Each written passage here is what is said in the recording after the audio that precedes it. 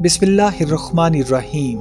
ناظرین، ایک ایسی لڑکی جس نے زندگی کا ایک ایسا راستہ اختیار کیا کہ جس کے بارے میں شاید اس نے خود بھی کبھی نہیں سوچا تھا کہ ایک دن وہ اسی زندگی کو پیچھے چھوڑ کر خدا کی تلاش میں نکل پڑے گی۔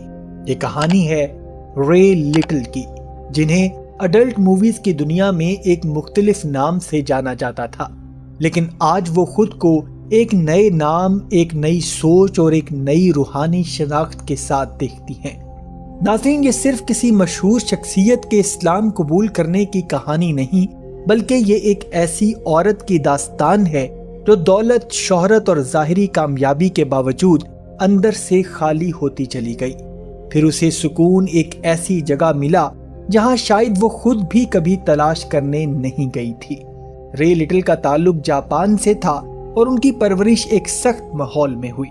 انہوں نے کئی سال مسیحی اسکول میں تعلیم حاصل کی اور مذہب کے بارے میں بھی پڑھا، لیکن گھر کے سخت اصولوں اور اپنی زندگی پر پابندیوں کی وجہ سے وہ اندر ہی اندر گھٹن محسوس کرنے لگی۔ یونیورسٹی کے زمانے میں بھی ان کے لیے آزادی بہت محدود تھی۔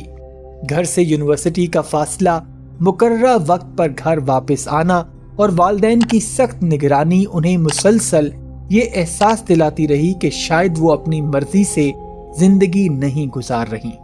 تقریباً 20-21 سال کی عمر میں انہوں نے گھر چھوڑنے کا فیصلہ کیا اور یورپ چلی گئی۔ یہ فرار صرف ایک جگہ سے دوسری جگہ جانے کا نام نہیں تھا، وہ دراصل آزادی کی تلاش میں تھیں۔ یورپ پہنچنے کے بعد ان کے پاس خاندان کی مالی مدد بھی نہیں تھی، انہیں پیسوں کی ضرورت تھی، اور اسی دوران انہوں نے اڈلٹ فلموں کی صنعت میں قدم رکھ دیا۔ ان کے مطابق ابتدا میں وہ اس راستے کو صرف ایک کام سمجھتی تھیں۔ انہیں لگتا تھا کہ اگر اس کام سے پیسہ مل سکتا ہے تو پھر اسے کرنے میں کیا حرج ہے۔ وہ تقریباً 7 سال تک اس صنعت سے وابستہ رہیں، لیکن عجیب بات یہ تھی کہ بظاہر ان کے پاس وہ سب کچھ تھا کہ جسے دنیا کامیابی سمجھتی ہے۔ پیسہ تھا، شہرت تھی اور خوبصورتی تھی، اور اپنے دوسرے کاروبار بھی تھے، لیکن ان کے اندر کہیں ایک خلا بڑھتا جا رہا تھا۔ وہ بتاتی ہیں کہ ایک وقت ایسا آیا کہ جب وہ شدید ذہنی دباؤ اور تنہائی کا شکار ہو گئی۔ وہ یورپ میں تھیں، ان کے پاس پیسہ تھا، لیکن زندگی میں مقصد محسوس نہیں ہوتا تھا۔ وہ کبھی کبھی کئی دن تک اپنے بستر سے نہیں اٹھتی، کبھی کبھی کئی دن تک نہانے تک کا دل نہیں کرتا تھا۔ ان کے ذہن میں ایک سوال بار بار آتا تھا کہ میں یہ سب کچھ کیوں کر رہی ہوں؟ آخر زندگی ہے کیا؟ اور شاید یہی وہ مقام تھا جہاں سے ان کی زندگی کا اصل سفر شروع ہوا۔ ایک دوست کے کہنے پر وہ تھائی لینڈ چلی گئی۔ وہاں کا ماحول مختلف تھا، گرم موسم، نئے لوگ، مسکراتے چہرے اور ایک نئی زندگی شروع کرنے کا موقع۔ رفتہ رفتہ ان کے اندر تبدیلی آنے لگی۔ انہوں نے جنوب مشرقی ایشیا کے مختلف ممالک کا سفر شروع کیا، اور پھر وہ بالی اور ملائیشیا گئیں، اور پھر ملائیشیا میں ان کی ملاقات کچھ ایسے مسلمانوں سے ہوئی جنہوں نے ان کی زندگی پر گہرا اثر چھوڑ دیا۔ رے کے مطابق ان لوگوں نے انہیں ایک ایسی عزت دی جس کا تجربہ انہیں پہلے کم ہی ہوا تھا۔ وہ ان کی حدود کا احترام کرتے تھے، ان سے بات کرتے وقت اجازت لیتے تھے، اور ان کے ساتھ ایک ایسے انسان کی طرح پیش آتے تھے کہ جس کی عزت اور شخصیت ان کے لیے بہت اہم ہے۔ رے نے محسوس کیا کہ ان لوگوں کے رویے کے پیچھے ایک مذہبی سوچ بھی موجود ہے۔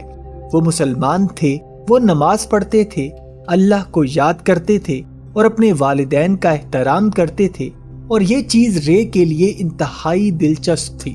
وہ پہلے ہی مختلف مذاہب کے بارے میں جاننے کی کوشش کر چکی تھیں، اب انہوں نے اسلام کے بارے میں پڑھنا شروع کر دیا۔ انہوں نے قرآن کا جاپانی ترجمہ حاصل کیا کیونکہ وہ چاہتی تھیں کہ قرآن کو اپنی مادری زبان میں سمجھیں، اور پھر قرآن پڑھتے ہوئے ان کے دل میں ایک بات گہری اترتی چلی گئی۔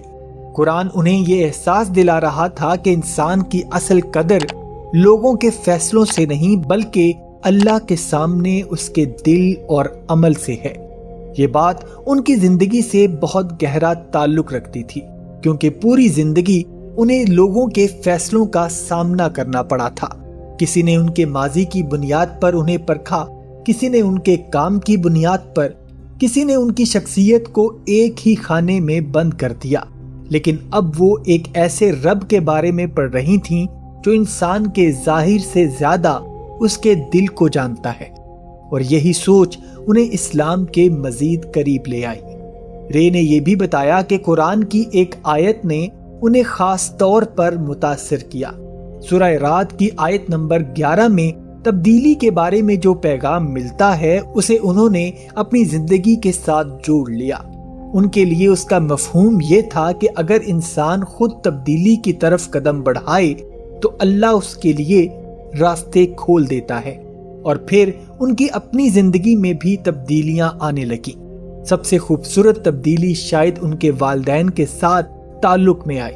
ایک وقت ایسا تھا کہ جب انہوں نے اپنے والدین سے طویل عرصے تک رابطہ نہیں رکھا تھا، لیکن اسلام کو سمجھنے کے بعد انہیں والدین کی قدر کا احساس ہوا۔ انہوں نے اپنی والدہ سے معافی مانگی اور ان سے دوبارہ رابطہ شروع کیا، فون کرنا شروع کیا، اور آہستہ آہستہ وہ رشتہ جو کبھی بہت دور ہو گیا تھا دوبارہ قریب آنے لگا۔ یہ تبدیلی صرف مذہبی لباس یا نام کی تبدیلی نہیں تھی، یہ رویے کی تبدیلی تھی، دل کی تبدیلی تھی اور رشتوں کی تبدیلی تھی۔